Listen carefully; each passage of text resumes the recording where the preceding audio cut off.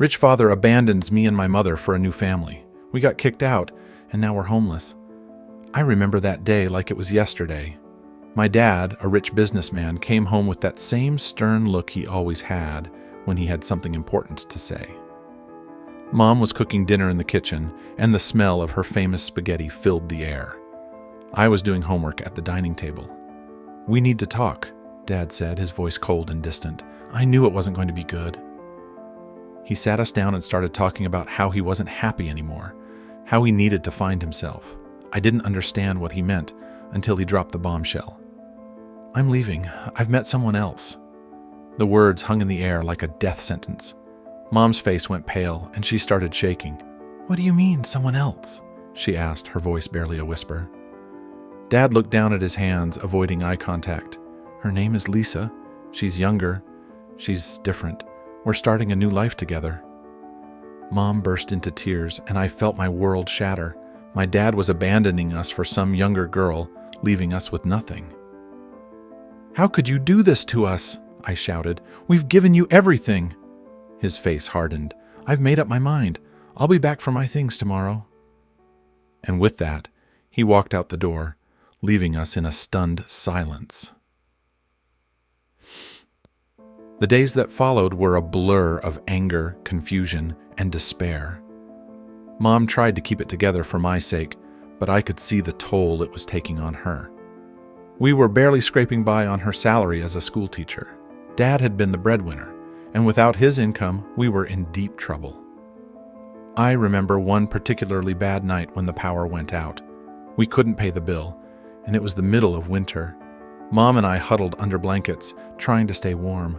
"I'm so sorry, honey," she whispered, tears streaming down her face. "I never wanted this for you." I hugged her tightly, feeling a mix of rage and helplessness. "It's not your fault, Mom. We'll get through this somehow." But deep down, I wasn't sure how. The worst part was seeing Dad flaunt his new life on social media. Pictures of him and Lisa on exotic vacations, in fancy restaurants, living it up while we were left to fend for ourselves. It felt like a slap in the face every time I saw one of those posts. Things went from bad to worse when we got the eviction notice. We had fallen behind on rent, and the landlord wasn't willing to give us more time. "You have 2 weeks to vacate the premises," the notice read. It felt like a death sentence. Mom was devastated. She tried calling Dad, begging him to help us out, but he refused to answer her calls. I decided to take matters into my own hands. I went to his new house, hoping to talk some sense into him. When I got there, I was greeted by Lisa, the woman who had stolen my dad away.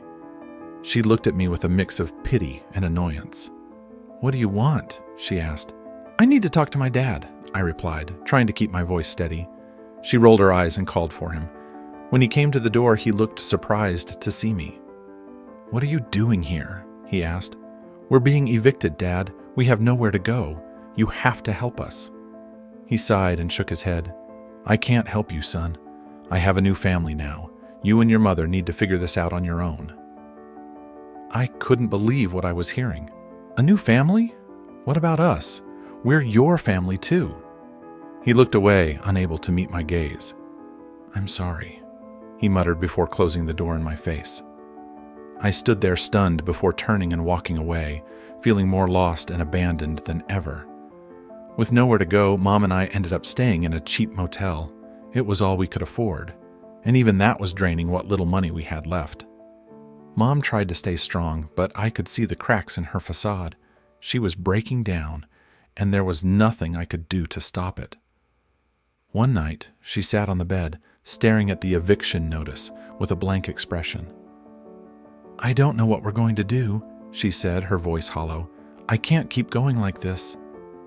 I sat next to her and took her hand. "We'll find a way, Mom. I promise." But my words felt empty. I had no idea how we were going to get out of this mess. Desperation led me to do things I never thought I would. I started looking for any job I could find, even if it meant working long hours for little pay. I took on multiple part-time jobs, barely getting any sleep, but it still wasn't enough. We were drowning, and I was powerless to save us. One day, I came home from work to find Mom sitting in the dark, her face tear-streaked. I talked to your father," she said quietly. "He said we should just move on and forget about him." Her words hit me like a punch to the gut. Move on? How are we supposed to do that when we're living like this? She shook her head, unable to answer. I felt a surge of anger and frustration. How could he be so heartless? How could he just abandon us like this? The breaking point came one cold, rainy night. We were out of money, out of options, and out of hope. Mom had fallen into a deep depression, barely eating or speaking. I was at my wit's end, trying to hold everything together. I came home from another grueling shift to find her lying on the bed, her eyes closed. "Mom," I called out, but she didn't respond. Panic set in as I rushed to her side, shaking her gently. "Mom, wake up!" But she didn't wake up. She was gone. I felt a scream build up inside me, but it came out as a strangled sob. I collapsed next to her, my body racked with grief. My mother, the one person who had always been there for me, was gone. In the days that followed, I went through the motions in a daze. The funeral was a blur, and I felt numb as I watched them lower her casket into the ground. I was alone now, completely and utterly alone. I tried reaching out to my dad one last time, hoping he would show some semblance of humanity. But when I called him, he told me he was too busy with his new family to come to the funeral. "I'm sorry for your loss, but I can't help you," he said before hanging up. I realized then that I couldn't rely on anyone but myself. I had to find a way to survive on my own. I moved into a shelter and started picking up the pieces of my shattered life. It wasn't easy, but I knew I had to keep going. For my mom and for myself. Update. It's been a few months since my mom passed away. Life has been tough, but I'm slowly getting back on my feet. I've found a more stable job, and I've been saving up to get my own place. The shelter has been a lifeline, giving me a roof over my head and a chance to rebuild. I've cut off all contact with my dad. He made his choice, and I can't keep hoping he'll change. It's painful, but I've come to terms with it. I've started seeing a therapist to help me process everything, and it's been a big help. I'm taking it one day at a time. I finally moved into my own apartment. It's small, but it's mine. It feels good to have a place to call home again. I've been focusing on my mental health and trying to find joy in the little things. I've made some friends at work, and they've been a great support system. I've also started volunteering at the shelter where I stayed.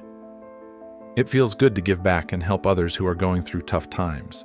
It's a way to honor my mom's memory and the kindness she always showed me. I've come a long way since that dark time in my life. I'm in a much better place now, both mentally and emotionally. I've even started taking classes to finish my degree. It's something I never thought I'd be able to do, but I'm determined to make a better future for myself. Looking back, I can see how far I've come.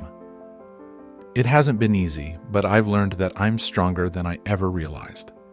I still think about my mom every day, and I hope she's proud of me.